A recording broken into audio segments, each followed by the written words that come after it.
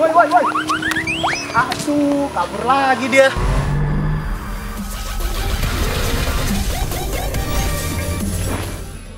Ya, setelah ditinggal oleh Hanif, sekarang kita akan mencoba Suzuki R3 tipe GL manual. R3 sendiri diambil dari kata mengerti keluarga. Kalau R3 itu pastinya yang ngomong orang Batak, kalau enggak ya orang Indonesia Timur.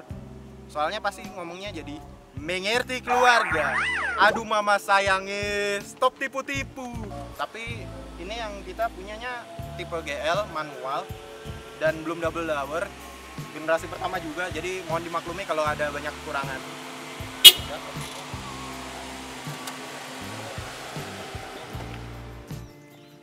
Yud, ngapain Yud? Loh, punya F3? Iya, kan modif R3 kan? Nah ini gue dapet nih yang GX Matic 2013. Oh gitu, pantas beda ya? Iya, jadi kalau misalnya yang GX Matic 2013 ini dia bedanya ada di dia udah punya steering switch control. Jadi di setirnya ada tombol. Nah ada garnish chrome belakang juga.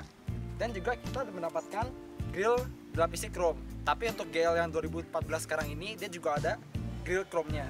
Kita juga dapat sepasang airbag, ABS, EBD, sama BA. Artinya apa?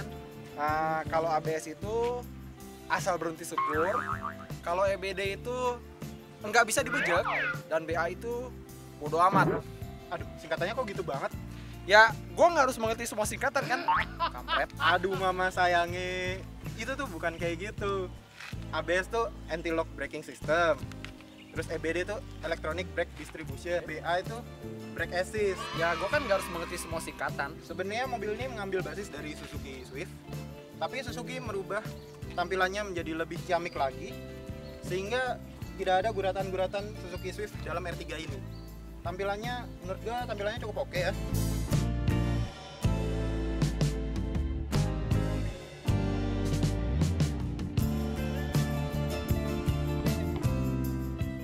Nah, kalau misalnya kita lihat dari samping, R3 ini kita tidak akan kalau misalnya dia ini basicnya dari Suzuki Swift.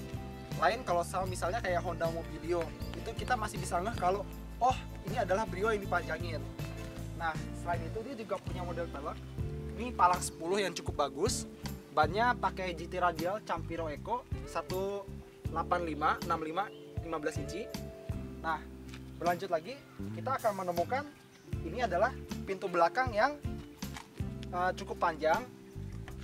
Tujuannya adalah biar yang mau masuk dan keluar tuh jadi gampang.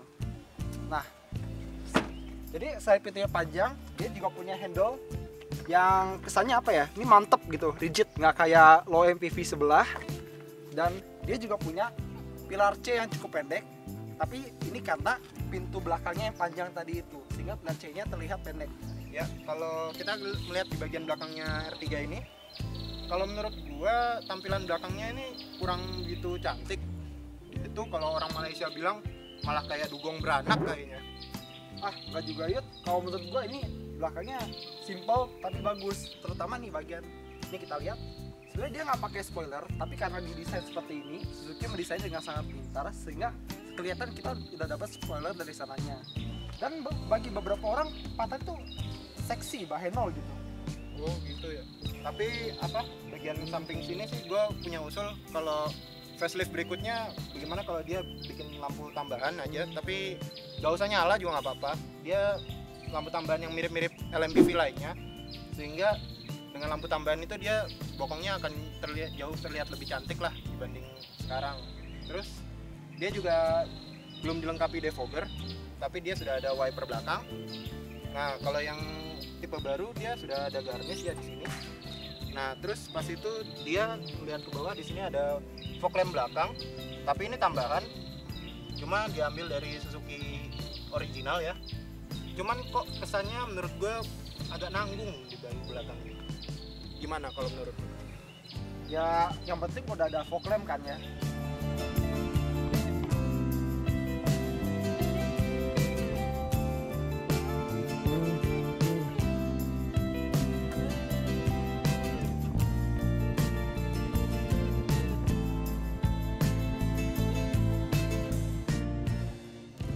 Nah, sekarang kita mau bahas interiornya. Nah, kita masuk aja ya. Pertama dia punya pintu yang kalau dibuka tuh agak kerasa berat karena dia pakai materi yang kokoh, tebal dan bagus lah intinya. Nah dia juga punya peredaman itu yang di sini dan di sini dia udah pakai karet ganda. Peredamannya harusnya bisa lebih baik. Dan kalau misalnya kita lihat ini door trimnya itu dia punya material yang bagus, konturnya juga enak di tangan, ada aksen silver dan handle pintunya juga kita dapat handle pintu yang dilapisi chrome. Dan kalau misalnya kita lihat kain ini ya, motifnya selain mewah, kain ini juga enak gitu dipegang di tangan, rasa bagus, halus. Dan ini juga tombol-tombolnya dipencetnya juga enak dan dia juga praktis. Kenapa? Karena dia punya kantong penyimpanan di pintu ini cukup besar, jadi naruh barang-barang juga bisa. Dan di sini juga kita bisa lihat bisa naruh kartu, bisa naruh koin. Dia juga masih ada aksen silver di sini berlanjut sampai dashboard sebelah penumpang. Dan dia tuh materialnya sangat presisi dan rapi. Kita lihat nih celah-celahnya sangat minim dan materialnya semuanya dari dashboard dari atas sampai ke bawah tuh enak dipegang. Nah sekarang untuk driving positionnya, dia memiliki jok yang tebal dan empuk, juga dia memiliki motif yang bagus.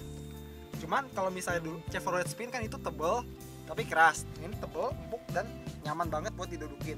Dia juga punya pengatur ketinggian, tapi untuk pengatur ketinggian ini cuma ada di R3 GX selain reclining.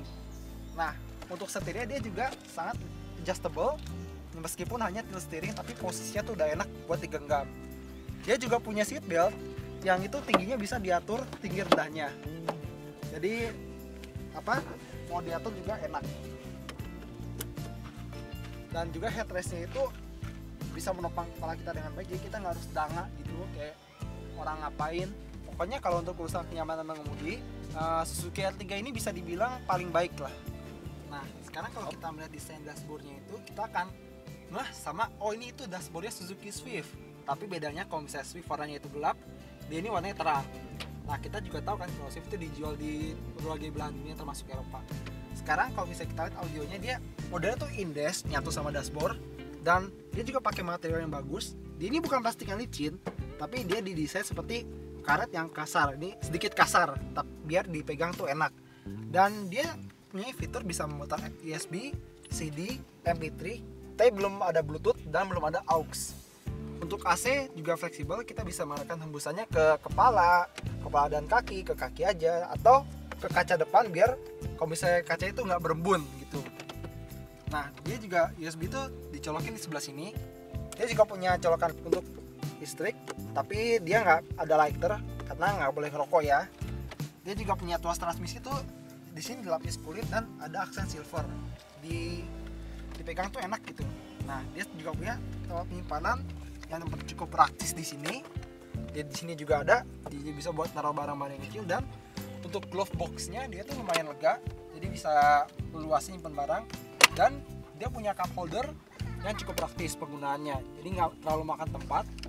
Juga kalau misalnya kita perhatiin tuh di AC ini kita punya aksen silver yang sama seperti kita di door trim. Nah Jut, gimana di belakang? Ya iyalah, dia tidur. Woi bangun. Oh, udah. Oh ya udah ya. Bebas belakangnya. Ayo lanjut belakang deh. Ya kita masuk ke baris kedua Suzuki R3 dan di sini dia menerapkan konsep low floor high seat yang otomatis kita menjadi menujam ke bawah kaki kita di sini terlihat. Dibandingkan Avanza kan modelnya gini ya, dia lebih selonjor, kalau kita menujam ke bawah di R3 ini. Terus kita coba sliding seat, kita coba majuin ke depan. Nah pas dimajuin ke depan ini memang mentok, tapi karena dia menerapkan konsep low floor high seating, dia jadinya menujam ke bawah dan ini masih terlihat lega, masih berasa lega menurut gua. Terus kita mundurin lagi. Nah di sini dia punya handrest yang nggak ada di low MPV lainnya, sehingga duduk di sini tetap nyaman buat gua ngerasa nyaman duduk di sini. Terus dia juga punya kontur ya, konturnya bagus dan dia juga tebel. Tapi ini memang penyakit mobil yang berwarna krem karena dia gampang sekali kotor ya, noda-noda gini. Tapi kalau kayak di Avanza, Veloz atau enggak Mobilio RS yang dia modelnya hitam, dia mengaburkan warna-warna atau noda-noda yang seperti ini ya. Nah, mungkin untuk solusi untuk mobil-mobil dengan jok back kayak gini, jok rem, itu dengan menambahkan cover jok agar lebih rapi dan lebih bersih aja. Nah, coba lu duduk ke bangku baris ketiga deh. Oke.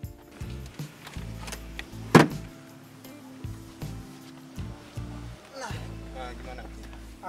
Tinggi kita kan sekitar 175-180 kan ya. Nah. Nah di sini sebenarnya kepala gue udah mentok, tapi untuk kaki masih enak. Oh gitu. Coba lu majuin dikit. Maju ya. Nah terus gue pantatnya agak dimajuin deh, duduknya agak malas gini. Ini masih enak. Oh gitu. Nah Sekarang berarti coba kita lu mundurin. Aduh, Oh, sakit. oh sorry. Nah tapi untuk E3 ini sangat lengkap karena untuk baris kedua dan ketiga dia udah dikasih seat belt dan ada cup holder juga buat barang-barang juga praktis, dan juga dikasih headrest, dan bahan nggak kayak Mobilio, dia tuh dikasih jok yang tebal. Sebenarnya bisa aja kalau misalnya pengen dibikin lebih lega, caranya dia harus dikasih kursi yang tipis kayak Mobilio, tapi Suzuki nggak mau menurunkan level material dari E3 ini biar kita dapat kenyamanannya. Nah, sekarang kita akan bahas bagasi dari Suzuki R3 ini. Nah, kita buka pintunya. Pertama, dia punya sok penyangga ini yang cukup panjang. Jadi kalau misalnya gue maju ke sini, kepala gue nggak akan mentok sama pintu bagasinya. Nah, dia ini punya karpet pelapis bagasi yang bagus. Dan juga kalau misalnya kita tarik yang ini, kita akan melihat penyimpanannya yang sangat rapi. Suzuki juga nggak tanggung-tanggung ya untuk material di bagian belakang ini. Dia materialnya sangat bagus, sama kayak di depan, dan celah-celahnya pun gap-gapnya dibuat sangat rapat, sangat detail. Nah, untuk melipat kursi belakang pun cukup mudah karena headrestnya tinggal diturunin, dan di sini ada tuas yang bisa kita tarik. Kita akan mendapatkan ruang bagasi yang rata-rata. Meskipun tadi waktu kursi ditegakkan, bagasi tidak begitu luas, tapi setelah kita lipat kita akan mendapatkan bagasi yang luas. Dia juga punya penutup biar ini bisa rata lantai. Jadi kita nggak, kalau misalnya kita nggak dapet ini, kita bisa ngeliat bagian kolongnya yang nggak rapi. Jadi kalau ditutup biar rapi. Dia juga punya ini tempat penyimpanan dongkrak, itu dia simpan di sini. Tapi kita nggak bisa menyimpan perasaan kita pada di sini. Dan material ini bagus. Kita nggak akan menemukan model kiramas seperti MPV yang sebelah. Oke. Nah, untuk menambah ruang lagi juga gampang. Yud, asisten baru, tolong. Aduh, kok gua sih jadiin begini? Udah, bantuin aja. Terus mundurin. Ya, kita mendapatkan bagasi yang rata lantai.